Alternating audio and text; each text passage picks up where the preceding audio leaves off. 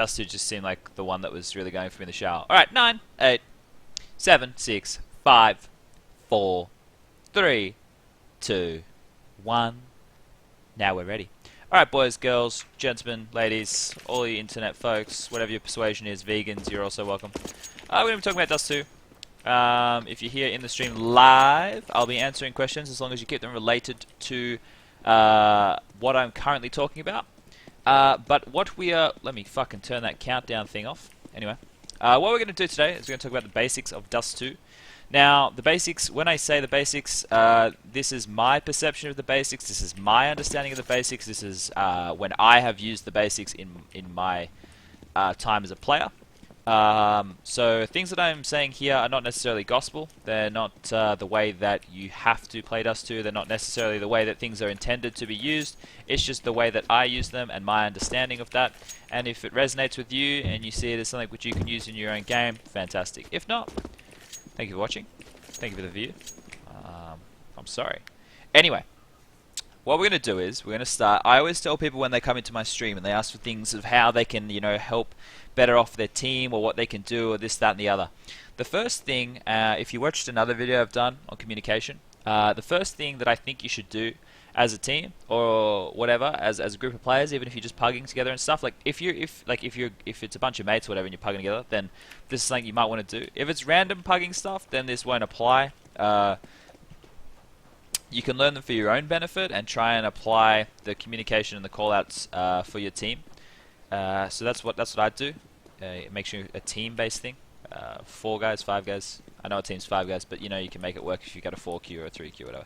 Communication is just really important. I'm kind of babbling on this right now, but what we're going to do is we're going to fly around the map and we're going to name all the spots and the importance for the name of the spots. I'll talk through why it's important. So we'll start with T-spawn. Obviously T-spawn, right? Okay. So we're going to just go quickly have a look. Now this here is Death Alley, Gooch, Dark Spot, whatever you want to call it.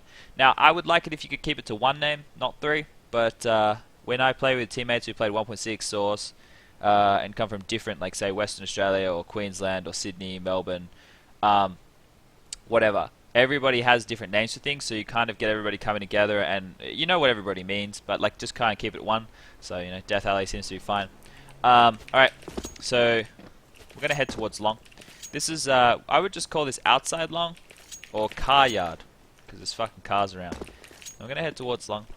This section here would be categorized as bedroom or hut.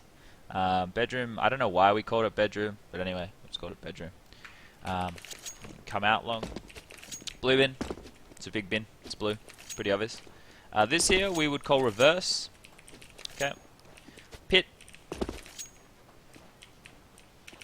Platform.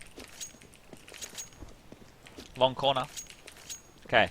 Now this area here, to probably about here, I would say all of this would be classified as mid-long.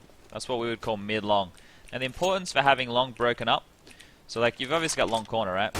Mid-long. Got long double doors, bedroom. Okay, so they're out bedroom, alright? They're pit, okay? They're mid-long, alright? It's really important to give your team that idea of, like, if you're the long holder and you say they're out long, but you died here and they're already here, and you say they're out long, well, your teammates are rotating. If you have better communication and you call for your teammates that they're out bedroom, they're already corner, pushing mid-long now. Alright, that means they could cross at any moment. So if you have an AWPer rotating, he can already get set up. But if you're telling him that they're out long and he doesn't know exactly how you are playing long, he might assume you were close doors. He might be running up like this, like a fucking dickhead, and get killed. So it's really important to communicate or have your spots that are really big, like long, broken down into lots of different spots. So this over here, car. All right, now this here is a funny name. This is a Western Australianism. You could just call it crossover. But in my WA teams, we always called this, when people were crossing long, we called it penguin. Now we called it penguin because as they cross long, you only see their little heads cross long, and they look like little penguins waddling across long. But you can just call it crossover, or you can communicate by saying they're crossing long. So this is the point at which they would be crossing long. You've now got A ramp. Go up into A. Yeah. This is pretty obvious. If there's a guy, if there's a guy barrels, well, he's fucking barrels. They're barrels. Goose, obviously they've actually put the thing in there again, which is good. Alright. A site. Now A site, we've got single box. We've got double boxes. Or you can just call these the site boxes, and then you can just make sure you call this one single box. Because if you're listing this one as single box, well then you can just call these ones the site boxes. It's pretty straightforward. Quad. Bridge. This area along here. Call this bridge. It's a fucking bridge. That's the way to call it, bridge. Alright. Just before we move on from that, we call this cutout in this elevator. And that would be CT ramp. Okay? Obviously down there is CT spawn, but we'll get there soon. Alright. So now, short is another spot which you need to break it up in the way you communicate. So when you're breaking this up in the way you communicate short, you need to think about how you're going to do it. So if you go say, guys, let's rush short. Okay, well everybody knows what that's going to be broken up to. But it's more important to tell your teammates where the enemy are as you're going. So like let's say you're the guy spotting mid with the AWP and you're spotting as a CT spotting the Ts. If I'm pushing up like this and the guy spots me, he should call, there's one on cat. He can get up short. So let's say from here all the way up until even here. Let's just call that cat. Alright, there's one cat. One cat. So that way, you call for your teammate that there's one cat. So you don't know, because you're watching mid. You don't know if he's going short or if he's going mid. So you're not giving misinformation. You haven't said the player is short. You said the player is cat. Now if your teammates understand the setup that you're currently doing, then they will know that there is potential for him to go short or to go mid. You don't want to say he's short. Okay, so let's say he's cat. Okay, now we're in short. Now I would say from where I drew this imaginary line, probably until this imaginary line, that they're now in short. Okay, so they're in the main part of it. So they're not committed, but they're in the main part of it. All right. Then we're gonna go to the stairs because they're on the stairs. If they're on the stairs, right, they're pretty much fucking committed. The only next step from the stairs you're gonna have is they're at the brick box. Now, if my teammates are telling me that they're at the brick box and they're throwing flashes and shit, I'm gonna assume it's probably most likely A. If they're out on bridge, I'm definitely gonna assume it's fucking A. But so just so you know, okay, so we've got bridge, brick box, stairs, short, cat. Now it seems like it's a lot to break down, right? But like if you're calling for your teammates that there's a guy at brick box, then he's going to know how to flash for you or how to play for you. It's the same thing if you're a T and you're like, okay, I'm going to flash for the brick box line. Well, you know, or I'm going to flash to clear short. So like a flash to clear short would be like one like this, right? That's how you clear short, like for the lower dark player. But you need to know, your teammate needs to know that you're clearing short and not brick box. Because like if you call it and you're like, oh, you want me to flash short, and you have different understandings of what short is, you're flashing like that and you're flashing brick box. So make sure that everybody's on the same wave with these communications. That's why this doesn't work in a pug. It needs to be something you do in your team. Alright, so where were we? Bridge, brick box, stairs, short, cat. Alright. Like, you could just say in stairs corner would be applicable for that. That's fine. You don't need anything too special. Alright, Xbox, obviously. So like you'd say he's behind Xbox. Right? If he's there, he's behind Xbox. Pretty straightforward. Alright, mid-ramp. Let's have a look here. We got back a cat or tree. So like that's cat, this is back a cat, right? Back a cat. Cool. Really easy. Green box. There used to be a green box, 1.6 there. Green box. Call it whatever the fuck you want, but I'm calling it green box. Alright. We got mid doors. Mid doors once again. So with mid ramp, right? This is mid ramp. If they're out mid doors, it's all applicable on your side, right? So like it's the way you communicate to your team. As if I'm a T and I'm like they're pushed outside mid doors, or probably if I'm a T, I would say that they're at Xbox because that makes sense, right? But if you're a CT and they're out mid, you don't want to call. If there's a guy over there and you say he's mid ramp, that's fine. But if you say there's a guy mid and he's out here, you need to make sure that your teammates know that. So like he's out mid, he's out outside, or he's outdoors. They know, then there's more of an immediate threat. You know, people understand that there is a threat. Obviously we had CT spawn. CT spawn, yeah. This here, I would call dark spot. I don't know what you guys want to call it, but I call that dark spot. If you communicate with the guys behind or on the tall box in CT spawn, you can probably just communicate that very easily like I just did. Tall box CT spawn, it's behind the tall box, whatever. I call this section, I call that B hill. Alright, so we're out mid, now we're going B hill. Alright, they're going B hill to window, B hill to doors, okay? Cool. Alright, so we got B double doors, pretty straightforward. Now we're in the B site. Now this is where it is important once again to make sure you have good names for things. Alright, so this here, hundreds of names. Gay spot, closet, whatever, cutout, whatever the fuck you want to call it. You can call it whatever you want. But like I said, keep one name. Keep one name for it. So let's just roll with, we're going to call this gay spot. I'm not demeaning people of the homosexual race. It's just a spot. The meaning of gay in our society now is not that of, it's not, whatever. That's the spot I'm going to call it. That's gay spot. Alright. So we're going to go, we'll do it as we're coming in from a CT. Alright, so we've come through double doors. Got gay spot. You could just call that fucking left of doors. It's all applicable as you're playing. Things don't always need names, but you don't need a fucking name for this spot and this spot and fucking, you don't need a name for this. Like, you know what I mean? Like, you can use your language and communicate via that. Alright, so you get default. This is the default plant spot. Alright. You would call this area under window. Alright. Single box. Tall box. Alright. Heaton. He's on platform behind Heaton. Great use of language. He's back a plat. This is back a plat. The cunt's back a plat. Alright. Alright. Now, we used to call this coconuts. I don't know why we didn't just call it Hummer or fence or some shit. But we used to call this coconuts. So I still call it coconuts. The thing with places like this is you give them obscure names. I do this on a lot of maps. Like I call shit Mushroom. There's a place called fucking Tyrone. Give things obscure names. And the reason you give them obscure names is so people remember them. And it's surprising how that works. You can't use too many obscure names though, or it just becomes stupid as fuck. Alright. So yeah. Let's just roll with this. You can call it whatever you want, but I gave you a couple of examples. You can call it Hummer, fence, whatever. Alright. Goblin. It doesn't really matter. It's one of those spots, you know, as you're coming in, it should be common sense to fucking be clearing this. And if your teammate dies to a guy there, you should be trading him. Anyway, that's most of the spots in B named. Okay, so now, I call this section dog. Now this works the same way. So, this here, I would say is dog. Because if I die, if my B player dies, right? If my B player dies, and the guy kills him from back here, because he's platform, right? And then the death cam happens, and he's like, one upper dark. Okay. That doesn't help me. If you die and you're the B player and I don't know what setup you're doing, and you say one dog, okay, fuck, he could be in B, right? I know that he could be in B regardless, but if I'm the mid rotator and I'm playing like I don't know, let's say I'm playing here, and you die and you say one upper dark, then I can rotate and I know that I have like a bit of time. But if you say one dog, then maybe I'm not going to rotate in and peek out wide because the guy could already be pushed out to car, he could already be pushed across to Heaton. I need to like think about the way that I'm going to rotate in. So the language and the way that you communicate is very important. So we call this dog. I don't know why we called it dog, but we called it dog. Alright, upper dark. Alright, pretty straightforward. Obviously lower dark. Lower dark stairs, upper dark stairs, whatever you want to call it, same deal.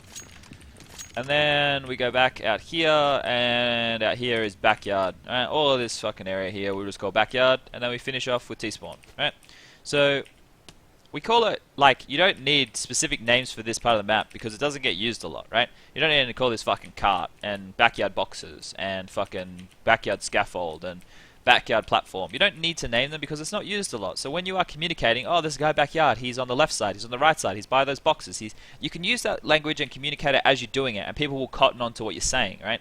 It's like, you need to think about where the language is applicable, like, I guess a heat map is a really good idea. If you looked at a heat map and you see places where most of the kills happen, they are the places that you should probably be naming, right? That's kind of how I think that that's probably a good way to do it. Alright? Oh, I didn't say, but that's fucking window. Alright, so that's all the spots named. Now, all I want you guys to do is think about these names. You don't have to use the same names I did, but you should name similar spots and use language in the way that I'm explaining. So watch the communication video that I did. It'll probably give you a better idea, a better understanding of how all these things should be used and how you should communicate, or how I think you should communicate anyway. So those are the spots names, right? And that's a very important part of this. So now we're going to go into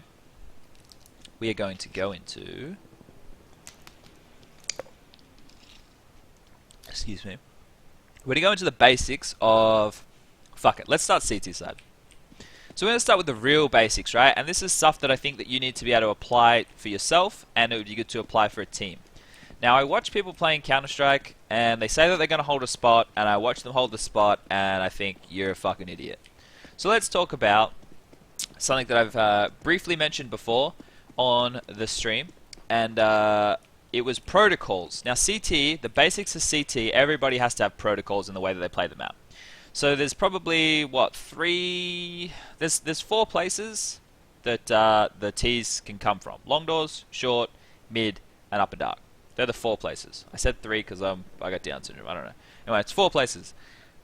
Now, you're not as much of a threat of a short rush as you are of a B rush and a long rush. So those are the two things which you should be focusing on stopping. Or I think you should be focusing on stopping. Now, the very base model setup that people do on CT-sided fucking dust2. What's the grenade limit command? Limit. Anyway, don't worry about it. We'll make it work. The very basic way that I think that people should be playing Counter-Strike in a team sense is to lock down long, and then it's to lock down B at the start of the round. Those two things, long and B. Now let's talk about ways that you can lock down long. Now, I would recommend having 3 players heading towards long at the start of the round. 1 player is a support player, and the other 2 are ready to frag. Now you can do this in like 150 different ways, and it's going to be reaction based, and it's going to really depend on the type of team that you're versing and what they're doing. But let's talk about some safe ways to take long, and to fucking get long control early in the round, and then how you're going to react. So one of the easiest ways, or one of the first tips for people playing long, at the start of the round, if you're one of the guys going for the pick or the aggressive shit on long, you should be running with your back turned, because you're going to be avoiding any early flashes that are coming real deep to get you. So you should be running with your back turned.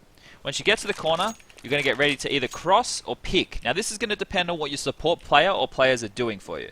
Okay? Now, this is where I'm going to show a couple of Molotovs, smokes, and flashes that are easy ways to get or help get long control. The first flash, very easy. You just come to this corner, or you can come this side. It doesn't really matter, I don't think, anyway. And you, as a support player, you're just going to come. So let's say come in this one because it's easier for you guys to see. And then you aim, and you flash. Now, if you see where that flash went off, it lands right on the corner up in the air. Why is that important? Anybody coming for the pick here will get blind. Right? That will flash them. They will not be able to shoot you, or they should not be able to shoot you because they can time it so that once the flash has gone off, then they're stepping and they might not be blind. So, just want to quickly give you guys something to think about. Grenades in this game should not be considered as 100% foolproof. If you throw a smoke grenade down, and you go, I threw a smoke grenade, no one's going to come through that. And you sit over here with your back turned to the smoke, and some cunt walks through it and shoots you, and you get mad, you're like, why did he walk through that? That's the fucking game, boys. Decision-based Counter-Strike. If somebody has the fucking stagots, the fucking balls to walk through this smoke and kill you, that's not their fault. That's your fault for not watching the smoke. Don't ever throw a nade or a flash or a smoke and or a Molotov and expect not to die. Because this game, right, it's about decisions. And you made a decision to put this down, and your thought process behind that decision was, this is what's going to happen. Never think that. You always need to plan for the potential worst situation. Obviously, you need to take risks, and you need to make a decision, but you just never think of it as foolproof. If you die because someone pushes through that, that's just the game, alright? So, first things first. Let's look at a couple of easy flashes. Now this one here, real easy. You're the support player, you're ready to flash for your team. Now you're going to throw that flash, your teammate's going to get to the corner, and they're either going to do this. If you have an AWPer, he can come and he can pick and he can take that fight. Once the AWPer's set up, or there, the rifler is probably running across, and he's drawing any fire, and he's trying to make his way to pit. Okay? That flash is one way of doing it. There's a couple of other ways of doing it that I like. If you're playing with mainly rifles and you don't feel confident going for that corner pick, you can do this. Throw this smoke, the player, so that would be like, say, the first long spawn guy. He's throwing that and he's ready to go. He can underarm a flash. As he's running, he can underarm a flash, and you want to let go of it when you get to this pole, right? I believe that's it anyway. The underarm a flash, you're going to push through the smoke, and you can then keep going. That way, you've flashed into the smoke, you can go aim even higher. The T's coming out, they will not have seen the flash, and you also combo that with your support player's flash. Now your support player's flash, like this one. We're going to go out again, right? You're going to make your way, and you always want to try and get a player across to pit side. Like, that's a very good spot to have. It's hard to weed him out. He can dodge, he can duck, he can wait. He can do lots of shit from pit, so it's always very effective to get a player there. So that's another way of doing it. So 2 ways so far. This way, simple flash. Go to the corner, pick with an AWP, get the other guy across. Done. Easy. Not using a lot of utility. But here's how you're going to react, right? You got to think about it. If you're going to go and do that setup at long, and you're not invested, ready for a fight, and the T's throw a heap of shit, they're throwing fucking flashes and Molotovs and smokes, you either make a decision, one of you has to make the decision. We're either going to fight, or we're going to fuck off. If you get to this point and everybody's blind as shit, and there's smoke on the corner, and everything's fucking chaotic, somebody has to make the decision. Somebody has to go, let's get out of there. Right? But if you're going to fight, this guy, the support player, needs to be throwing more flashes to help his team. So not necessarily that one again. He could throw one like this. You know, he can push out to the car while his teammates are stuck here and he can cover them. These guys here can be throwing their own flashes and push through the smoke and take the duel. But a decision has to be made on if you're going to fight or if you're going to run the fuck away. Okay, another really good flash. This is one we stole from Olaf, I believe. You get yourself up in the doorway here of the car, and you aim on the corner and you throw this one. This one here is really fucking good. The only problem with it is, if you're doing that flash and the T's are throwing a shitload of flashes over, you might get blind when you're really deep doing that. So just keep that in mind. What's another thing? Oh, this Molotov really effective. We saw this from Envy. This Molotov is really good. So this is where you'd maybe just have one guy going to the corner and he's going to wait for the Molotov to pop and the flash and then he's going to go. But this Molotov is really good. You jump up on the car and you aim about there. I think it's about there. Focus it there. I don't remember. Let's have a look. Let's see if I got it. There we go. Now, you get that off as quick as you possibly can. What will most likely happen is that one T will make it out, but he'll be isolated, right? So that Molotov will come in. It'll stop anybody from backing him up. They can sit in the Molotov, or they can put the Molotov out, but it's a really good way to deter a fast long play. Right? I fucked it. It's a really good way to deter a fast long play. That Molotov. Really effective. So far we got like a couple of different things that you can use and you can combo together to get long control. But I think, yeah, so first of all, you get that long control using one of these methods. You use the Molotov with some flashes, use the smoke. You can even do, there was one that I had, let's see if I can remember. You can even get the guy to come here. Where the fuck is it? I think it was here to here. I haven't done this in a very long time. Yeah, so you can get that guy to smoke long doors before you pick. All you need to do, though, is not give away the duel at long, and you need to know if you're going to fight it or if you're going to let them have it. So you don't want to lose a pick to long early. You want to be able to have good flashes and Molotovs to be able to make the T's either back the fuck off or to isolate them and pick them. And then you want to get the long control. Once you've got the long control, this is the configuration that I reckon you go, right? I reckon you go, I reckon you do one rifle, an AWP, and then another rifle, right? So like it's a 1-1-1 at A. Sorry, I explained that poorly. So you want two rifles and an AWP. So one guy's going to play pit, or he can play the blue bin, or he can get up real close and commit to behind the doors, or he can play on the fucking platform, or he can play up here, or he can play reverse. The spots he plays doesn't matter, but he has to play long, right? You're going to have the AWPer, who's going to play mid-long. The AWPer is going to be supporting short and long. He can help the long guy, he can flash to the long guy, whatever. But the long guy needs to help make sure that they can't kill the AWPer, right? He can't just sit like this and then walk out long and kill the AWPer. That's not how this works. You have to help. If you get in trouble, then the AWPer will help you. The AWPer is more important than the pit guy. Like, the pit guy's job is to just anchor long. The AWPer is going to move around with the AWP and be effective. And then the third spawn can do a couple of things. He can either go sit goose. He's pretty much useless unless they hit A. He can go play city spawn as the rotator, right? You can just play here. You can fucking come and sit here with a flash or whatever. Sit in city spawn like this, just jump spotting. He can sit like this on the ramp. Hundreds of spots, but you need to understand your role, okay? So long guy's role, to make sure they don't get out long, and if they do, he communicates and delays for as long as possible to get help from the rest of his teammates. The AWPer here, his job is to cover cat. He's also going to help mid if he can, and he's also going to help long. So the AWPer has a lot to do. The AWPer is kind of your key defense at A, you know, because this is a really good pick to make. Unless teams have really good smokes and flashes, you can make some really good kills from here. Lots of good AWPers play there. You can also play a ramp with the AWP, you know, all that kind of shit. Your link player, so this is the other rifler.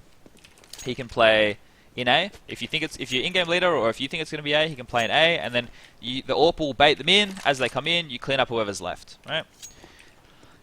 He can play the CT spawn link role, which is what I did a lot of. So his job is basically, once he's set the long guys up, he's now listening, he's communicating what he is at short for the AWPer, so the AWPer knows what's coming. He can also help the AWPer delay the players coming out short. Once the AWPer's taken a shot or whatever, this guy's also really good to make these picks kind of thing. And he can help mid to B. So if they're coming out mid to B, then he links up with the B player and he helps with that. Just a few things to keep in mind. If your link player, so this guy here, the city spawn A ramp guy, city ramp guy, if he's played committed into here and they do an execute and he's not ready for it onto A and the AWPer gets pushed off, you should play retake A at that point. So at that point, this CT guy, he shouldn't try and take A. He should just say city spawn, try and kill anybody that drops in if he can. And then the AWPer, he should fall the fuck back and he should get to long, Get in the pit, get on the platform, try and kill anybody going into A from long, and then the other long player, the pit player or the door player, his job now is just to make sure that no Ts can push out and kill his AWPer. This guy is basically living his fucking life to make sure his AWPer friend can kill cunts. So now this guy's job is to kill this. What's happening is, if the Ts do a full execute, this happened today in the NRG vs Echo Fox game, if you want to watch the demo. NRG did a full execute, right, onto A. Old mates Echo Fox played retake, they dropped back, nobody died, Echo Fox planted the bomb, and then they all went to go play short. What happened was, they only had one guy flanking as well, out mid. Nobody was flanking long, and they had like 4 guys on bridge / short, and Echo Fox came up city spawn and long, and they killed everybody stuck in no man's land of bridge and shit. Because Echo Fox played retake, they had a lot of utility left, so they could isolate, they could use molotovs, they could use flashes, smokes, and they could just keep these guys trapped in short. It didn't happen that way, they just killed everybody, but it's very easy to do that and then just come in and defuse the bomb if you play a retake setup. So keep that in mind. Okay. So what have we done so far? We've talked about the A side of things and how you're going to set up. So that's a really basic way to do it. That's super basic. It's a 1-1-1. 1 long, 1 mid long watching short, and then either 1 in A or city spawn. There's so many variations to this. You know, a variation could be you play the AWPer long corner, so now the AWPer's long corner, and you play the 2 riflers short. The 2 riflers can play in stairs and in short together. Or they can do like a bait and switch setup, right? So you can play like one guy like here, he can be hiding on this little wall, and then like he can have another teammate. This is like spotting for this, and then like as soon as he spots one, he comes back and then he flashes. That's a bad flash. And he flashes, and then his teammate that was up close here just fucking, what up motherfuckers, kills as many guys as he can, right? That's a variation that you can do with the setup. Another variation you can do with the setup is get the AWPer to be more aggressive.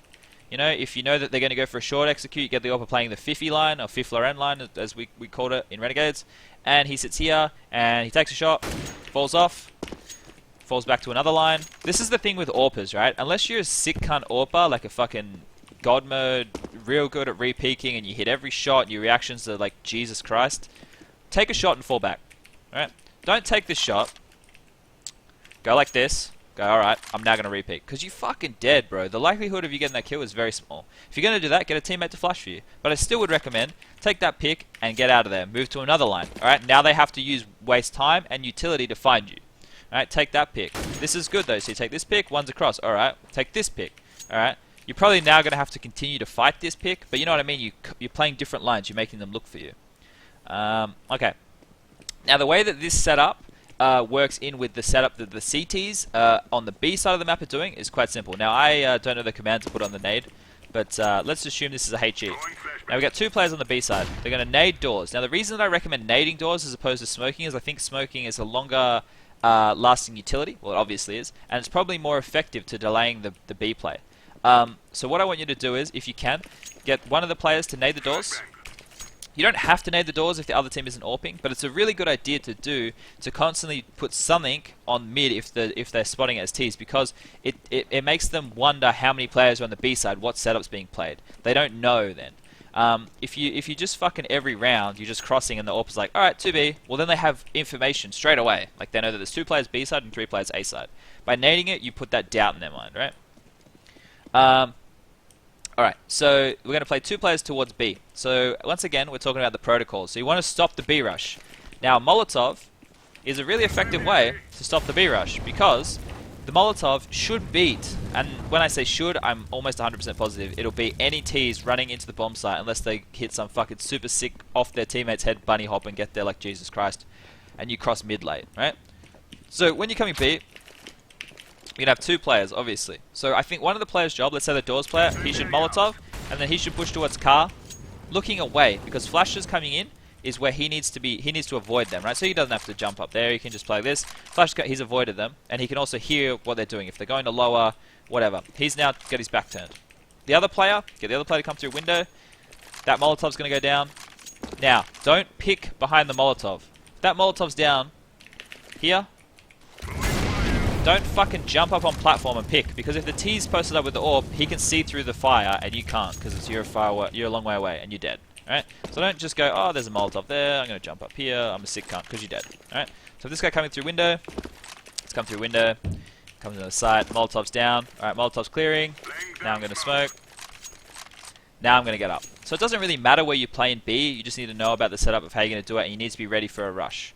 So the guy coming in window, once he's come in, he's probably action on first, right? Because this guy here has turned his back. So this guy's come in, he could be blind at this point, but now he can play within the sight. You know, you can throw a simple flash.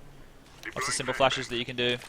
Lots of shit. You set up a crossfire with your car guy. Your car guy could be door, your car guy doesn't necessarily have to be a car, but that's the thing you can do. Now if a team does an aggressive smoke like this early, and you've done your Molotov, they might try and push through it. If they put out your Molotov, they're definitely going to fucking push through it. So keep that in mind. If they do that smoke and they put out your Molotov, they're probably coming through. So now your angles need to be, you don't want to fight an advantageous angle for them. So like if that smoke's down and I've gone, oh, herp derp, I'm going to stand here. Well, you're probably going to get wrecked. Because they can jump up on this box, they can lurk out the smoke from so many different angles. The reason that a smoke like this is really good is because it means that if the T's push through it effectively at different angles, they will most likely trade you out. You want to make sure that that smoke is no longer putting too much of a threat on you, right? You just want to kind of focus on one line. So say that I've put that smoke down. Alright, I'm just going to focus on this line. My backup support player is going to focus on this side of the smoke. So they can't get to me because I'm in the sight there, and they can't get across the platform to kill this guy. So he's only got to worry about the tight line, and we've got a crossfire set up. We can help each other. Obviously, B is really situational because it depends on the type of people that are going to come at you and how early they're going to do it. But when you play 2 in B at the start, it's just to stop the rush. It's the protocol, right? To stop the rush. So once you stop that rush, this is where your nade usage is really important. Now there's a couple of things that you can do. See how what I did there? What I did is to stop a rush. You don't necessarily have to play like that to stop a rush. You can do lots of other things. You can peek together. You can get ready to negate a rush by being super aggressive yourselves. You can play retake, right? But you just want to make sure that if they do rush B, you're not getting caught off guard. You know what you're in for. So if you think you're versing a team that does a lot of defaults, something that me and Justin started to do when I was playing B with him, was I'd come through doors. I'm so fucking bad. I'd throw this flash. Oh my god. There we go. Throw that flash, and I'd jump up on platform, and I'd pick like this, and Justin would run in as well, and he'd come indoors, and he'd come and pick like this. So we'd both instantly come and pick dark. So that flash would pop, we'd both pick, and then we'd sit up like this, and we could save our utility for longer, right? We could hold on to our utility for longer. We could get ready to fight like the AWPer or the AK that's there. We're probably going to trade out, right? And also, if we do that and Justin does, or I don't hear anything dark, we know that we can probably maybe do an aggressive play on dark once we hear other shit going on across the map. So that's another thing that you can look to do. But to stop a rush, most likely throw a Molotov. Now this is where you get into issues, right? The way that you have to play B, you've left one guy in B, and you've played one guy back, and he's playing to help mid. Now if it's an AWPer, that's sweet. The AWPer can post up, he can spot mid, he can call for cat. If it's a rifler, you're going to require to play a crossfire with your link player from A. So your link player from A can come and play city spawn, and you know you can flash and you can help each other. You know you can have your link player here, and you can fight together if they try and do a mid to B. Okay, so that's how you want to kind of have this set up to be able to assist each other.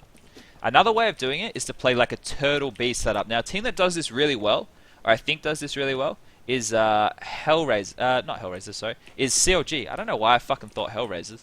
CLG do this really well, or they did this really well when I was playing them in America. So what they'd do is, they'd come into B, they'd lock B down, they'd use whatever utility they needed to first, and then they'd spot, we'll have one guy spotting dark from wherever.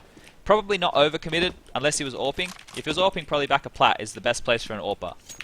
If he's not AWPing, he's a rifle or whatever, you know, there's lots of different places you can pick. You can be on here, you can fucking here. Lots of different places, right? You can be back a sight. You're spotting dark. The other player was doors. One plays doors, right? Doors, he's spotting. Now, this is really dangerous if a team does like a real quick mid to B, because you can be out mid doors while these guys are still focusing on dark at the side of the round, and then you're probably going to come up and fuck them in the ass if you're a T. But if they're playing from B like this, now what they're doing is they're like jumping across, you know, they're checking every now and again for information. Another place you can do it from. This also depends on where your teammate is. You can jump spot from window. And when they come out mid to B and they commit on the mid to B, you still need to have utility left. Now this is why this is a harder way to do it. If you play Counter-Strike and you just go Molotov, Molotov goes, smoke, your other teammate uses his smoke. By that point, right, you've used what? At most, maybe 40 to 50 seconds. So you've still got over a minute, or no, not over a minute. You've probably just got just under a minute left in the round, and you're almost already out of utility. You have like a flash, maybe another Molotov left, and that's it. That's all you've got left. So that's why to use all your utility in chain fashion like that, the T's can just wait it out, and then they can execute on you, and you don't have anything to really stop them. To do it the way that I was saying that COG do it, is to know they're spotting doors, they're spotting dark. When the mid to B execute comes in, they make a decision, right? They go, okay, we're either going to smoke doors, we're going to Molotov window, we're going to smoke window, we're going to Molotov doors, whatever. It doesn't really matter what it is, but they isolate it, right? They isolate it. They make the T's make a decision. The T's are either all going to funnel in through window, they're all going to funnel in through doors, they're all going to fucking wait, which means now the rotation's coming in and they're going to get fucking pincered from city spawn, or they, yeah, so that's well, or they can fuck back off all the way through, and their utility and the shit that they use for the mid to B is now fucking gone. When that happens as well, the decision needs to be made of how or what they're going to focus on, right? So here's a couple of things. If you're doing this, if you're smoking off this, and you have a molly as well, then that's really good. You've completely delayed, and now you can probably focus on upper dark, right? If you don't have utility and they do a mid to B, you need to then make a decision. Okay? If you're playing a setup in the site and doors, and you're doing what I just said, and you don't have a lot of utility, and you can't force them to funnel through, really good idea. Let's say if you have the guy back here and the guy here, and the mid to B is being called by this guy. All right, well then this guy might jump up window, and then this guy might be ready doors, and you guys will have a pop flash ready from CT, and you'll come out and you'll fight. All of you will fight this, and you'll forget about dark. You kill everybody coming mid, and you go, fuck it, the dark guys can have the site, we'll fight all the guys mid. Or, opposite way of thinking, they've come out mid to B, we can't defend it, we don't have any utility, we're going to push upper dark, and we're going to stop the 1 or 2 players coming in from upper dark. We might even get the bomb down in this instance. Okay? So, I keep saying, okay. I don't know why I keep saying, okay. But we're doing it. Anyway, so right now, when you're playing in the B setup like this, you can look at it many different ways. Like I just said, that's how you're going to defend against the mid to B. It's all about decision making though, guys. So I might be going a bit fast for some people, I might be going a bit slow for some people, but it's about decision making. So when teams do proper executes and they're coming at you and they've done a strat, it's highly likely that you're going to have to, you can't just sit there and just out-frag them, because if you've used all your utility and stuff, it's really hard to get good positioning. They've got good flashes. It's all worked out. They know what they're looking for. So this is where you need to have good teamwork and good decision making. So let's go over that again. First things first, native mid doors. Crossover mid. Makes it so the T's don't know how many players crossed. Okay, B site. To stop a rush, let's lob in a Molotov. Alright. Don't pick behind the Molotov. Never pick behind the Molotov unless you are close to the Molotov. If you are back, do not pick. If you're close, you can pick. Okay, Molotov stops the rush. Alright, now we're in a setup. Okay, this guy's AWPing. Let's flash. Let's get this AWP back a plat. AWP is set up. AWP is locking down B. Alrighty. I'm playing. I'm helping my C-spawn player when it comes mid to B. I'm going to flash. And I'm going to step out. And I'm going to kill cunts. My city spawn player, he will be spotting for me. When he calls her out, we'll do that together. We are sick cunts. Alrighty. That's a great setup. What's another setup? We'll call this setup TSM. This is one that TSM used to do. They probably still do it. Booster player on the CT box. This guy is now responsible for mid to B. We'll have an AWPer. AWPer is usually best, doesn't have to be. Can be a strong solo bomb site anchor, but AWPer is usually good because he can lock it down. AWPer watching B. Alright, if they go mid to B, this guy here will kill anybody because he can see them over the smoke. He can see them going doors, he can see them going window, he tries to kill them. But this is set up, this setup is for a 4, it's like a 4A setup, right? Like if you know that they're going to be coming A. So you're probably going to have one long, like I was saying, one mid long, one in A. That's the most likely setup that you'll be doing in that scenario. So that one's TSM, that's a heavy A setup. You can do 2-1-2, so you got 2 guys in B, focused on upper dark, probably having an AWPer mid, scoping mid, and 2 players long. So this setup is automatically, most likely, a retake A. So if they get if they get short control, right, if they get this control, you're probably going to retake A, unless you're playing a double AWP setup, and then you can play 1 long, 1 mid long, AWPer mid, 2 in B. Now this is where more decision making comes in. I could actually talk about this for fucking ever, because like if I broke down like a 2-1-2 setup and you had an AWPer mid and they went short, you'd maybe get your 2 upper dark riflers to push, right? You get the B riflers to push upper dark, and then the AWPer can stay mid, or the AWPer can like drop back and play closer towards B if you're scared of mid to B, and that's how you can get information. You can do a setup where you get your AWPer aggressive on long doors, or do something that Liquid really like to do, get a Liege in long heart. Elige has so much information in this long hut. You're never really scared of long. And when they execute on mid or short, Elige can anal really quickly. So there's so many different setups you can do. But let's just if you guys just wanna remember a few of the things I said. Protocol. So make sure you're using your utility well, and your setups need to be proficient enough to stop rushes. That's the first thing you guys should think about when playing CT side on all maps. Then how your position works with your teammates and how you can help, how it's cohesive, right? Because you don't just want to be fighting against as many of the T's as you can on your own. Counter-Strike's a team game. You want to be able to use your teammates as much as possible. Alright, so fuck, I've got too many fucking things to talk about. But I think that's probably a basis of CT, and how to do very basic setups. Do people think that's basic enough, or should I go into more detail on things? I saw some people asking about retake for B. I've spoken about this before. I can probably go over it quite quickly. There's a bit of delay on the stream, so you guys can ask the question, and I'll reply. But there will be a bit of delay on it. So I have a bit of a question time now about CT side on this map. If you guys want to ask, I'll see what I can do. I'll see if I can answer. Now we just have dead silence. It's fucking quiet as shit. Hopefully that stuff's basic enough and you guys understand it. Like, I feel like I went over it too quickly. Maybe I should have broken it up more. Should have done what Fallen did, where he goes 2, 1, 2, and 3, 3, 1, 1, or 3. That kind of stuff works for All Mate Fallen. I should have prepared better, as usual.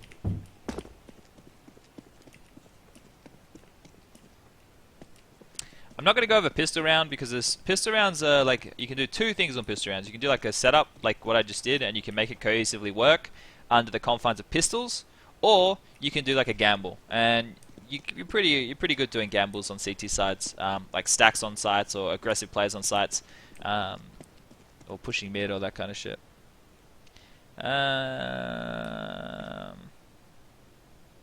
It's a good idea to too long early and rotate one to cat after. So having short control or mid control, or at least mid control or short control info, one of the two, is really important because it helps you dictate the play.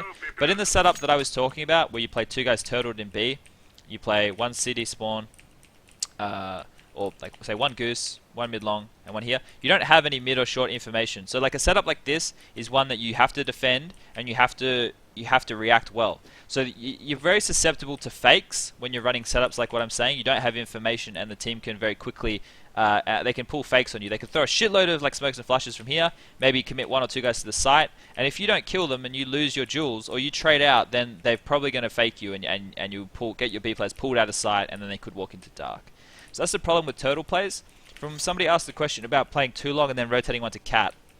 If you play too long and you get long control and you leave your rifler here or AWPer on the corner or whatever, then it's okay to drop one back to play cat, but you need to know that if your teammates in B, if they're playing a B-centric setup and they're not getting any early mid information, that it's highly likely that the T's could have just dropped down and biffed fast cat, and they could already have short control. So when you're rotating back from long, you could already be in a lot of strife. There could already be a guy like up in this area, and you need to be really careful about that.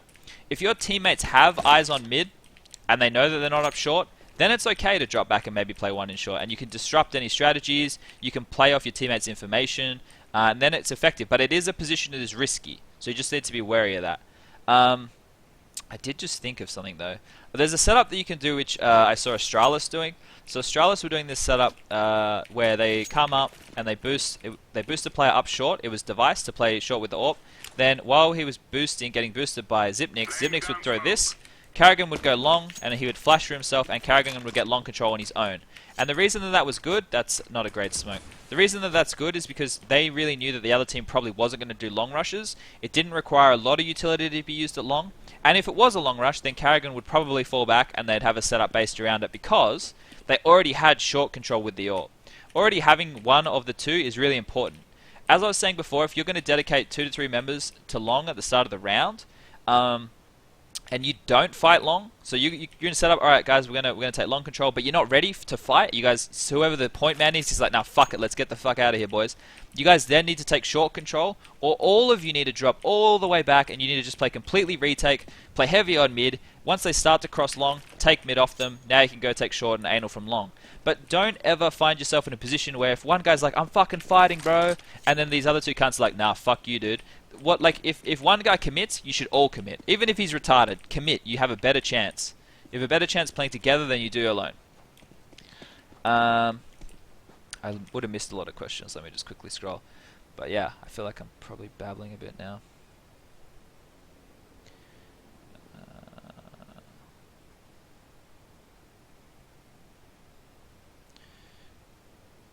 What do I do as a long guy if I have a teammate that plays aggressive short a lot?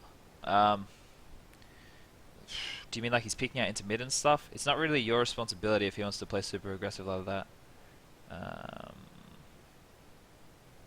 How many people go turns?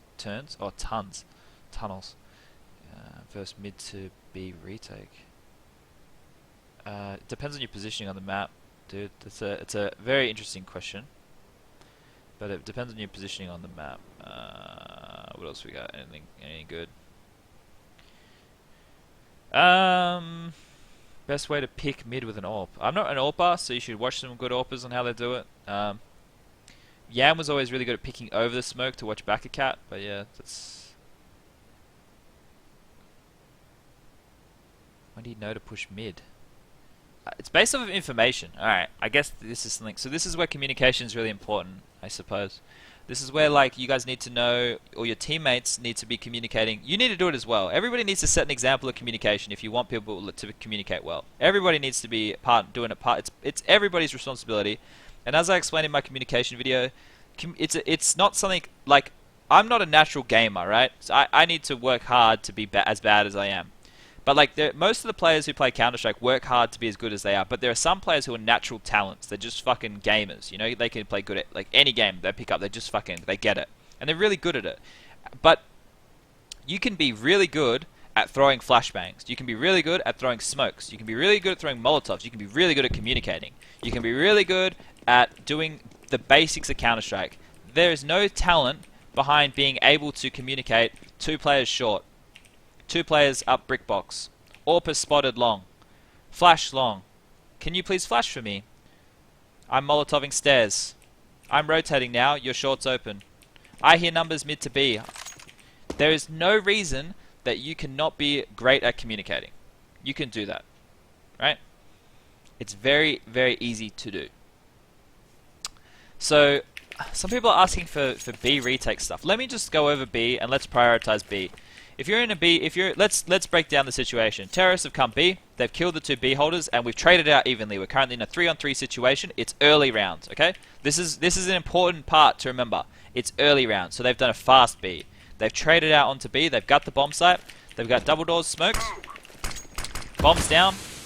We don't know where they're set up. All right, we got 3 guys rotating. So we've used basic utility today, right? Okay, me and my 2 other A friends, we've done a really basic hold. That guy's throwing that flash. This guy's throwing this Molotov. And my long corner guy, he's gone. And he's fucking checked it out. Yeah, shit's all good.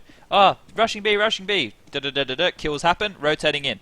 Alright, my teammates have said, all 3 in sight. Bomb getting planted. Fantastic communication from my teammates. Alright, we're coming. We got fucking shitloads of utility left. We've hardly used anything in the round. We've rotated through. We're like, alright, well, we're all together because we've all just rotated from long. Let's all go doors. We know all 3 are in sight. Now let's break down the hardest places that you're going to have to fucking clear out when you're retaking. Heaton's one of them. This is a very good spot to sit if you're a T. You can rotate around, you can watch everywhere from it, you can dodge flashes, you can pick out, you can be annoying as fuck. They can't spam you through it. Good spot. You can also sit the back here and look at window. Pretty cool spot. Back of plat, also a very annoying spot. Hard to weed players out from. They can see doors. I wouldn't recommend this pick. I don't think it's advantageous for Ts unless you maybe have an AWP. Can see dark. It's really good to disrupt retakes. You know, you can pick out late. You can swing out late as the guy's coming through window. All that kind of stuff. Under window, very annoying spot. If you're coming through window as a CT and you're looking back at plat, you're now looking Heaton, tall box, you know, you're jiggle peeking. You want to come into the site, you kind of have to be looking everywhere. This guy, you are dead, right? Car, also very annoying. Can look down, dodge flashes. close to the doors, annoying. Very annoying. Lots of very annoying places. Too many annoying places to clear. Right? Way too many annoying places to clear. Let's look at how we can retake and use our utility effective. Now, once again, if this is early round and you're doing this against an early, and you have a lot of utility, this is where this kind of situation is applicable. If it's a late round B hit, you're going to have fuck all utility left. So let's think, most likely you'll have flashes left. You use Molotovs and you use smokes to delay areas, to smoke off long doors, to smoke off short, to push players away. You're using that kind of shit early. You don't really use flashes that much, right? Flashes are used for retakes mainly, or to flash pick once an area has been taken off you. Let's have a look at how this is probably the most important flash, I think. This flash right here. Why is this flash important? This flash right there, if it pops where I made it pop, this guy is blind. This guy is blind. This guy is blind. If this guy is facing, this guy is blind. If this guy is facing, this guy is blind. If this guy's facing here, he's blind. If he's facing, I know I'm saying if he's facing, but most people are usually facing. People aren't sitting like this and going, I'm going to wait until I hear the flash and then pick. Most people are watching their spots, right? So you normally have a guy like watching window, like maybe not from there, but they're normally watching it, right? If you have a really good pop flash that they can't turn away from, you're going to fuck a lot of people, right? So if you only have that flash and you have two teammates alive, you get them close window, you do this flash, you understand how you're going to run into the site. So you get your teammates so they're not in the way. So one guy can be here like this, another guy can be fucking like here like this. Flashes go, you push in. First guy is going to drop straight in, dead. That's that guy's job. That means the second guy can come in, the flash is probably wearing off and the guys that were hiding and now peeking out are now in this guy's line of sight. Everybody's called that this cunt's dropped inside. This guy's come through, dead, dead. This guy's now on the ground, dead, dead. Everybody's fucking dead. We're all celebrating. We retook B perfectly, right? So let's go. This flash here, probably what I would prioritize. Now, what if we have two flashes, Chad? Alright, what if we have two flashes? Let's throw a flash. We got that flash, and the other guy's going to flash like this. You can probably make it so it is less noisy on the bounce, or make it so it pops quicker. But that bounce is important as well, because you see how I said that this guy here would be blind? But this guy here won't be blind, right? But he will from that one. And that flash that I threw there will also get anybody on this side of Heaton, because of where it bounces. So you maybe want to take a little bit off it from what I just threw. Maybe like work out a way that you can make it bounce. But this, I'm just making, like, this is what we were kind of doing in Renegades, but we never really had enough utility to retake it. So these were the two that we were going to use. So it's that one, and it was the first one back here. And you chime those two together, and you still would retake in the same manner. Alright, what if we have Molotovs? Alright, this guy here is going to Molotov. Now he's going to flash. Alright, this guy here is going to Molotov. And then he's going to flash. Now, I think I fucked that back of plat molly. Yeah, I did. You want to get that back of plat molly fucking real deep. So make sure you open it up, you get that in. And then you do this flash. Okay? Back of plat no longer there. Heaton no longer there. Every cunt in the whole map is flashed. Alright? What's another thing effective that you can do from this kind of setup? You can smoke dark. Alright, let me see if I got this right. You can come here, and I think it's like this. Please be right. Alright, you can smoke dark. So let's say if we have a smoke as well. So we've now smoked dark, we've Molotoved Heaton, we've Molotov back of plat, we've flashed every motherfucker, well, we flashed almost every motherfucker, and we've retaken the site. So that's some effective ways to retake B. There's another thing that I see teams doing. They place a smoke just inside the doors, so like maybe like here. And then they use that to push in, come fight this way, or if you put it on this side, come in and you push this side and you fight. So you can use smokes to isolate and push in as a quick retake. That's kind of stuff that you can do on a B retake. Okay. I think like in terms of basics, I think the basics of what we just went over is pretty good. With flashes, guys, I want you to try and get them, if you're going to have set flashes, I want you to try and have them as pop flashes. You want to try to make sure they're not hitting things and then just going bang. That's what you want. Like this one here is a bad example because it's hitting things, right? But somebody in chat just said hitting grenades off walls and floor is really bad because they hear it coming. That's true. That's spot on. But like if you have a really effective flash, like that one, come on, Chad. You're demonstrating right now. You have a really effective flash, like that one, right? That's a sick flash. You can do it really quick, you can run onto it, you can fucking be straight in, you catch people off guard. You know, it makes noise, but it's still effective. You can have one like this. You know, makes noise, effective, still very effective. You probably want to get a bit more on that. There you go. But yeah, most of the time, you want your flashes not to make noise. Okay, so that's very basic CT. A lot of this stuff, what I want you guys to do when you're with your teams and you're making setups and holds, I want you not to just go, this is how we're going to hold at the start of the round. Once you've got that, if you can stop a long rush, or you can stop a B rush, or you can stop a short rush, or you can stop a short execute, all from your initial setup and the understanding of that, that's fine. I want you to work out how you're going to react if they rush long and you decide to bail. How are you going to set up then? Or if they rush long, how are you going to fight? What flashes are you going to throw? If they go mid to B, how are we going to react? I want you guys to work on that stuff. And that's stuff that you need to have a really good understanding of, okay? Stuff that you guys as a team need to talk through. You need to, this is the theory side of Counter-Strike, right? This is what SK are probably the best at the world at, is theory side of Counter-Strike, is understanding how they're going to play situations, how they're going to move around the map if this happens, what they're going to do in this strategy if this happens. They know all that. And you know why they know all that? Because they fucking spend hours sitting there in a fucking prayer circle, sitting there talking about Counter-Strike. That's what it's about. It's not fun. Is that fun? That's not fun. But you know what is fun? Fucking winning a major, or winning a tournament, or winning a map, or winning a fucking CEVO game, or an ESCA game, or a Cyber Gamer game. Whatever the fuck you're playing, winning is fun. And if you have to sit there and talk about strategies and setups for an hour, for 2 hours, and it leads to winning, that's so much more beneficial than running around in deathmatch, or fucking just scrimming your heart's content and not learning anything. Okay? I keep doing this. Okay? And it's really gay. Alright. T side. We might retouch on CZ side if we get some good stuff.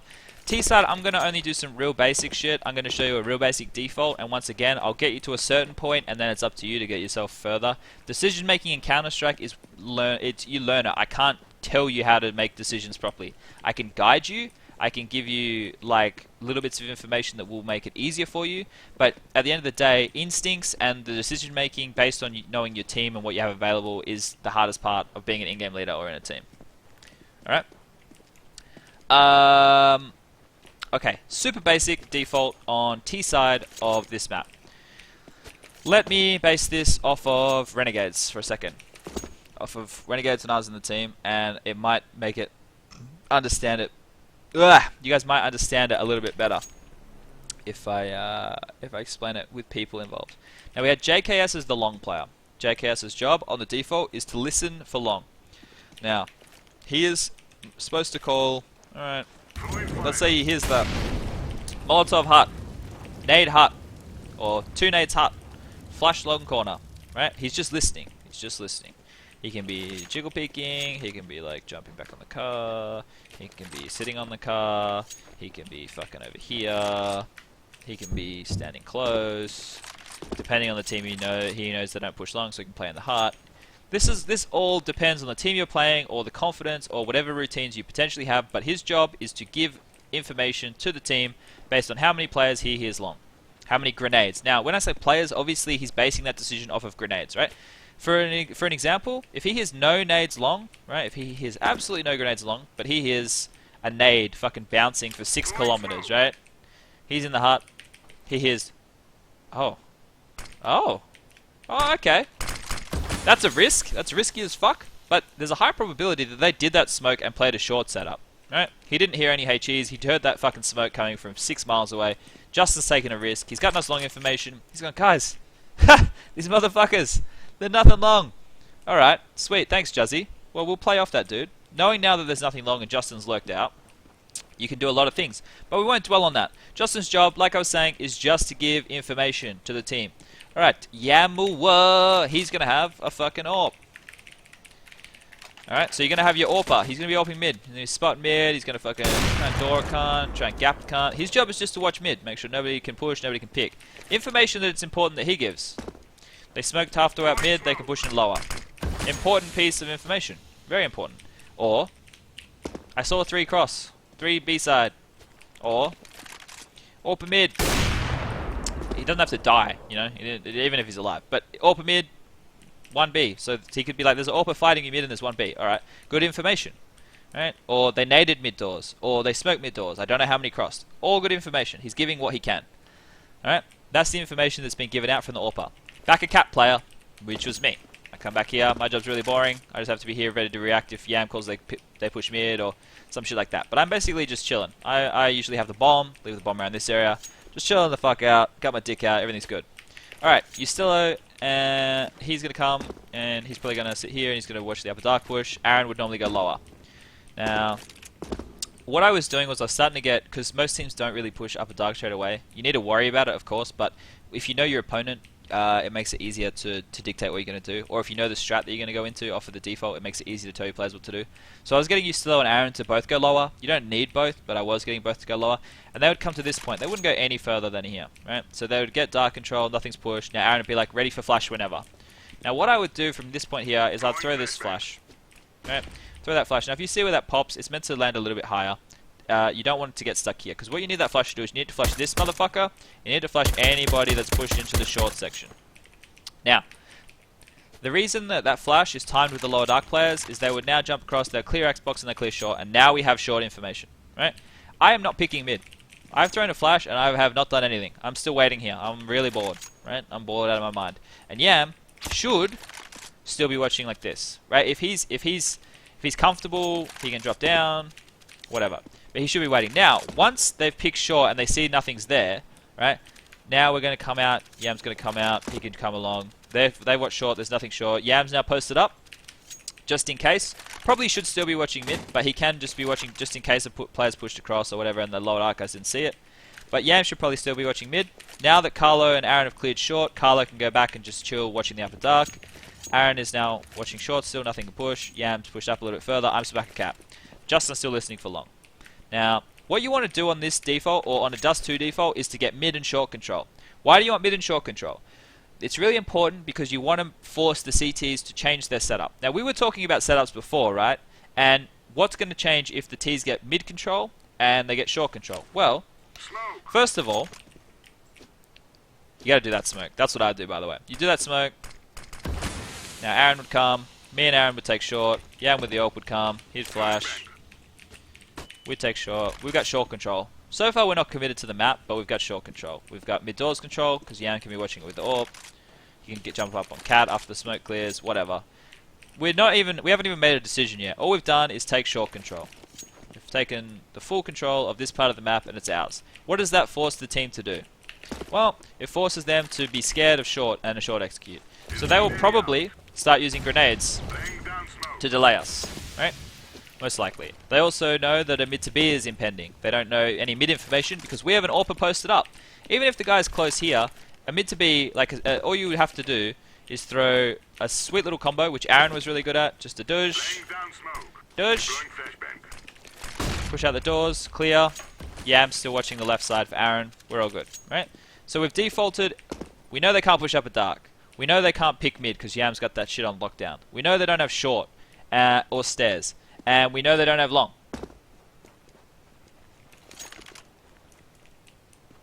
Okay? So that's all the default has happened so far. We've used very limited utility, you know. We've used the Xbox smoke and a couple of flashes. And that's it. And we've got control. Now, from this default is where your decision making comes in. Now, this is where the information that your teammates give you is really important. At the start of the round, if we're going into that default and Justin calls 3 players long, we will accelerate that default situation, right? I will throw my flash quicker. Aaron will will pick quicker. I'll smoke Xbox quicker. We'll get short quicker. We might not even throw the Xbox smoke if we know that they're playing 3 in long or 3 at long at the start and they're not playing an AWPer because we know we can probably get up pretty easily and there's not going to be too much resistance. We get up here and we maybe throw like a flash or like a smoke or something, and now they're already rotating back. We've already got short control and we've accelerated that process. We're wasting the utility quicker, and then we can do an execute from that. Let's say that we call 3B, right? Yam sees 3 guys cross, and we know there's an AWPer mid, and we know there's 2 B side. Alright, well, we can just keep Yam posted up in middle, or Aaron posted up in middle, whoever's posted up in middle, based off the default, and now we know that they're probably going to play either a setup where they play 2 guys committed to long, or they do a setup which is pretty common, which is a 1-1 at A, so 1 guy pit or some shit, and an AWPer mid long, or an AWPer in A somewhere. If we know that they're running a setup like that, then a pretty smart thing to do is long wall smokes. Now I've shown this before. Right? Long wall smokes are really easy. Get a guy on this side of the bin. He comes here. He smokes. He jumps up. He throws his Molotov. And he flushes. Justin would be this guy. Justin would be in the hut. He'd be waiting. Justin's going to throw a flash. Justin's going to push out. He's going to pick. That other smoke is linked up with this one. This would be a third player. This could be Yam. This could be... Yeah, let's say this is Yam. Yam throws this smoke. Alright, Yam now comes into the hut. Juzzy throws this flash. Justin comes out. Justin clears this side of the doors. Pushes across to the blue bin. Yam comes here. Posts up with the AWP. Now I come through. We get control. So that here, nice and simple. Alright, let me show you guys how it is really done. Actually, let's make this Yam. It makes more sense to have the AWPer as the third guy. But it doesn't matter. Let's just say the AWPer, not Yam. I keep relating it to my teammates. Anyway, ex-teammates. I'm retired because I'm bad. Alright. This side of the barrel. Those two dots. Just up a little bit. Smoke. Right? Jump up as quickly as your little legs will make you. Get on the box. Look here at that point there. Molotov. Flash. This flash... You want this flash to go deeper than what I threw. You want it to really nail the pit guy. But that's the point of that flash. This player just does a smoke. That I was throwing that crouching, and that smoke should link up. Alright, you got your wall smokes. You got this Molotov. You got JKS, or you got the entry guy's flash. Wall smokes come out, clear goes left, push along, come up this side. Second player comes out, pushes up, goes along this way. Alright, AWPer, which is that third spawn who threw the Molotov and shit, comes out and watches the wall smoke. You've now isolated the player at long, and you probably killed the motherfucker. Alright? Really easy. That's long wall smokes. That's a decision you can make if you know that they're leaving one guy at long, which most teams do. Long wall smokes, nice and easy. And a very simple A execute, alright? I've smoked here. We've got short control. We're going to execute onto A. JKS is going to go late long. Me, Yam, Ustillo, and Azza are all going to go short. We're just going to make this a real simple execute. Alright? So I'll be the entry guy, because I'm dead weight. So we'll get Azza to throw this smoke. We'll get Yam to throw this smoke. Let's see if I still got this. I was practicing it before. That's wrong. That's not the smoke, boys. That's not the smoke. That's not the dream. That's not the dream at all. Maybe it's this one here. Maybe that's what I'm doing it wrong. I think it is. Is that it? Yeah! I was lining up the wrong shit. Alright. So, you line up this fucking pipe cunt here with the side of this fucking window and this cunt. Alright. So this is just a real simple A execute, right? Bang. Bang. Oh, you can do it standing. Alright. That one needs to be a bit shallower. I fucked that. But what you're going to do now is, I'm the entry guy, right? So I'm going to have jumped up on this box. And what I'm going to do is, before I jump down, I'm going to throw this Molotov. Because I can see over this smoke. Right, I can see over this smoke. And I'm going to aim my Molotov and I'm going to throw it, right? That Molotov is going to burn this guy. He won't be able to sit there. He'll have to drop back on the ramp and like play further back, right? And it puts him now in the place of flashes. Because if you sit close here, you're going to dodge a lot of flashes. So we got those two smokes. We got that Molotov. So I'm a different player. So those three things are all from different players. We're going to have another player can throw this smoke if you want. You don't have to do this. You can do it if I do this right. So you're going to do a smoke like that, which is now going to cover off mid-long. Ideally, you want it to hit this wall, but that's okay too, because the AWPer can sometimes place around this line. So you push him off. He can jump on this car and still see you. What you want to do is force AWPers into wider areas to flash them, right? It's pretty easy. So now, like we've got those smokes from the guy that threw this smoke. He can throw a flash like this, nice high one. The guy that threw this flash, he doesn't really do anything. He just gets up ready to entry and push along. Once I've thrown that Molotov, I'm going to flash for myself. I'm going to jump down into the smoke, and I'm going to push up. You want the AWPer to come out, and the AWPer's... Like, you're going to have the two entry rifles pushing in first, going for it. The AWPer can come and he can throw like another flash like that. And then he's just going to come out, and you guys are going to play around the smoke that you've thrown. And that's just a real simple A execute. Just a real easy way to pinch onto A. Meanwhile, you still have your long player here, and your long player's job is either to harass, so like Hiko's really good at harassing, like throw a proactive lurk, right? You're making them still look at you. So that's a real good lurk smoke. You can use it, you get to push out and take multiple joules quite safely, right? It's a good lurk smoke that you can throw.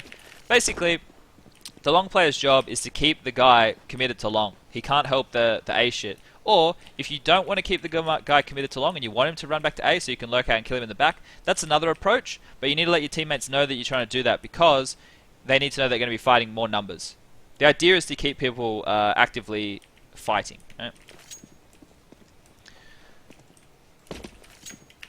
Right? You can probably also get a Molotov in the site. It's really effective as well. So like, you combo that Molotov with that Molotov, you're going to push people back off the A ramp and out of the site, and now Goose is really the only concern. Like I was saying, they can be back here, but that's why your flashes to get that guy and push him out of position. Okay?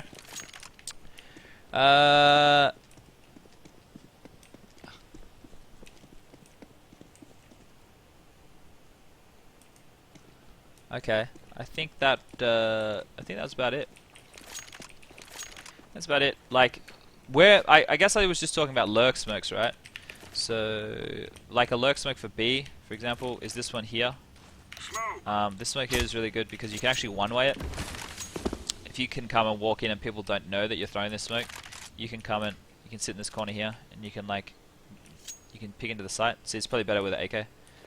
Pick into the site, and you can also jump on this box, get some picks. With that smoke as well, you can also do the boost over the smoke. So you get a teammate and you pick over and you can pick back a plat. That's a cool use for it. Or also, if you do that smoke and then you want to execute onto the site, so like a good way to do it, if you get your upper dark player to do this quite often, right? He's doing it every round, every second round, whatever, and they get used to it, and he doesn't use it, he doesn't utilize the smoke, he just does it, and eventually you get to a point where you are going to exploit it. You get to this point and you just fucking pop flash into the smoke, and you guys go, and you just bust out. You can bust out from different angles, right? Whereas if tunnels isn't smoked and someone's spotting in, they just keep popping you off. This way it means that you can go out in so many different directions. So that's a good use of like that, and lurk smokes as well are really effective in keeping players in positions, because like a lurk smoke like that is like, fuck, there's a guy here and he's gonna try and one-way me. I have to stay here. I can't rotate. He might be able to see me through the smoke, this, that, and the other. Like, it makes players commit to decisions. So lurk smokes are really effective, and they're good for proactive lurkers to use. So like, if you want to be a full bait lurker, then I fucking hate you. You can be a bait lurker some rounds, and then other rounds you have to be a proactive lurker. You can never be a full bait lurker, never go full happy, alright? You need to be a proactive lurker sometimes. You need to know when it is applicable to go for a duel. You need to know what, because like in a map, in the default that I just explained to you guys, one guy upper dark, one guy lower dark, one guy back at cap, one guy T-spawn, one guy outside long. In the description that I gave, when we hit short and we go, we hit short and we hit A, right? This guy is the lurker. But when we hit a mid to B strat, he's not lurking anymore because he's out mid to B. Our lurker becomes our upper dark guy. This guy's now the lurker, right? I know that he's not really lurking because he's active, but he's a proactive, he's not part of the main execute. He's basically just using his utility well to make them still look at him, and then use a timing window that the other players have allowed for him to lurk into the site and kill people in the back pretty much, right? So that's a good example of like proactive lurking and using smokes like that to your advantage on the T side.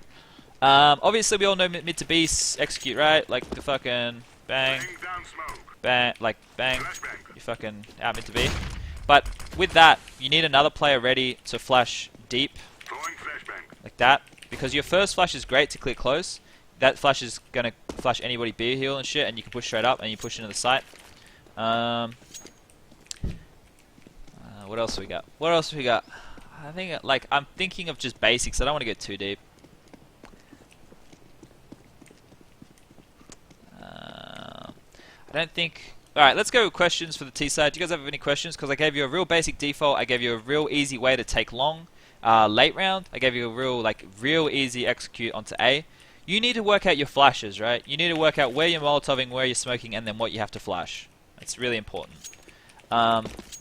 If you can limit executes to have less and less utility, that's really good. If you can do it with only a couple of flashes and smokes, that's really good. Full executes are very hard to pull off nowadays because you need to use your utility to get ground. We were trying to make like a strat, right? We were legit like when jump binds were legal. Well, you can still do jump binds, but when you could just have a 1-key jump bind. There it is. We literally had it with 2 smokes. Me and Azza had it with 2 smokes that we could throw like that from middle, right? And literally just fucking fist that and just run out mid to B. And they thought it was a short execute. Or run dark, and there was like 5 of us there. Because we never really got to use it that often, but it was an idea that I was playing with. We never made it actually work, but it was definitely an idea that we were playing with. What else? A fast long take? A long corner smoke's really easy. This one's really easy. You just run, you stop on this light, bang, bang. Now say I bang, bang. Left side of the door, light. Doge. Or, if you want to do the late one like I was doing, this one's a bit deeper. Like thoughts on 2 AWPs on T side. Really effective. Can use the AWPs to aggressively attack places like long and upper dark early. Force the CTs to use utility. And then you can play the AWPs into the round, late round. Also, I think this is a kind of one way. I do this in pugs and it works. I'm probably just versing shitters. If I throw that and then I like play on the corner of the smoke. See, there's a big fuck off gap, but I think like because like I'm standing... If you get it right in the corner, which I didn't do, if you get it, you're kind of a bit hidden by it, so it's not bad.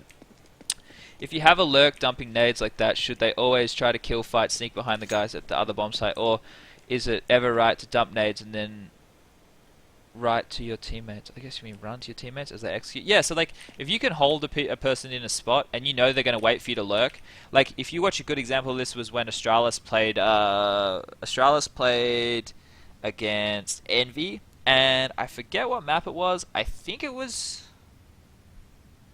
Was it Train? No, it was Nuke. It was Nuke. If you watch, Carrigan knew that Happy was going to lurk out top like 90% of the rounds. And Carrigan would just wait. Carrigan wouldn't rotate. He'd just wait for Happy's lurk. He knew the bomb was planted and shit, and he knew that Happy was going to lurk out late, hard or squicky, and then he'd just kill him. And then they get a number advantage from that. And Carrigan did that like a lot versus Happy. So like yeah, if you like do that and you know that the guy's going to wait for you, yeah sure, then you can just creep back and then you can now lurk mid, and then the guy's going to be like, well he's not coming, and he's going to rotate and he's going to be running out of time, he's going to be rotating heaps quicker, you're just going to kill him. It's all a lurker has to be one of the smartest players on the team, because a lurker is not just about angling people and shooting them in the back. A lurker is about having to set that up right, and having to base his decisions off what's happening with his team. If your teammates hit a site and they're getting obliterated, you have to help. Right? If that means opening up the other bomb site is the way you help, then fine. Or if that means running back and actually being a contributing member to the execute on the site, that's also helpful. That one in long doors is a one-way, but yeah, I figured I wasn't throwing it right. Nades to fuck with the pit guy. Most of the nades to fuck with the pit guy is best to wall off the pit guy's help, right? You can set up good flashes. There's a good flash that Nip do. This is the one that Freiberg throws. I think it's like this. This stuff's all, like, I think, yeah, that's it. Because, well, that's not going to get the pit guy, but it gets the corner guy, doesn't it? Doesn't get the pit guy at all. That's a bad example. I really like this flash. How do I throw that run? There we go. Flash is quite deep. That's in the air for quite a long time, though. So you want the pop flashes that I was talking about before. Like things that you can throw and then they just explode. So that one should flash the pit guy. He's not going to see that coming. But to fuck with the pit guy, it's once you're out at blue bin, you know. And don't ever, if you're like, I'm a culprit of this. I'll go, oh well, that guy's in pit and he knows that we're here. He's surely not going to re-peek, so I'm going to throw some nades at him. While I'm doing this, I'm dead. He's picked out, he's killed me. So make sure if you're going to do stuff like that, you have teammates covering you, because you don't want to get isolated like that. What's the point of dropping CT? I see it a lot, and I just see it as a kill chase. Do you mean dropping CT to hit A, Sam? If you mean to hit A, where they're doing an execute onto A, so they do all that shit and this guy drops down, you need to open up the lines as much as possible, because if there's an AWPer and he's AWPing like this and you're all just running along bridge, he's just going to fucking hammer him off one at a time. If you force the AWPer to look down here, or if you force the AWPer now that he knows that guy's dropped, he has to play away and get ready for that angle, you open up space, and that's the job of an entry fragger, is to open up space and to give people a chance to hit better shots, like hit shots and take more ground, get the bomb site, force players away. So dropping CT in a take like that is important. It gives you more... Oh shit. It gives you more angles to take and more ways to fight the defense. So it's not so one-dimensional. Because like running out along here to the site, one-dimensional. Dropping a player down and pushing up, you know, you open up your avenues. And if you only execute on A through short, should you just plant for short and play from short? No, that is a really bad idea. Alright? If a team is playing an AWPer here, and maybe a guy up there, or if they're just playing a AWPer here and a guy CT, like the setup we were talking about before, if they play a guy CT, a guy AWPer A ramp, and a guy long, and then they play retake, you guys full execute, use fucking 5 smokes and like 5 flashes and molotovs and fucking HEs, and you do all that shit, right? And you push them all away, and you've got all the territory you want, you plant that bomb, and you say you maybe have like a couple of grenades left, like maybe like 3 or 4 grenades across the whole team. Never just go, alright guys, we got the bomb down, let's go back to short. That never works. The reason, well, sorry, I should never say never. It shouldn't work, because the CTs want you to do that. They want you to plant the bomb, and they want you to play reserved. The CTs know that you have the A site, right?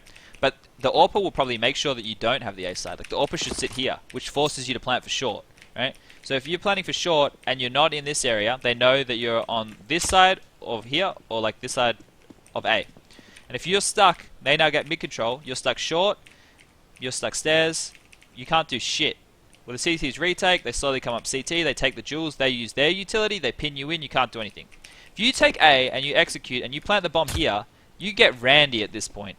You get real fucking randy. You know that they're setting up for a retake. How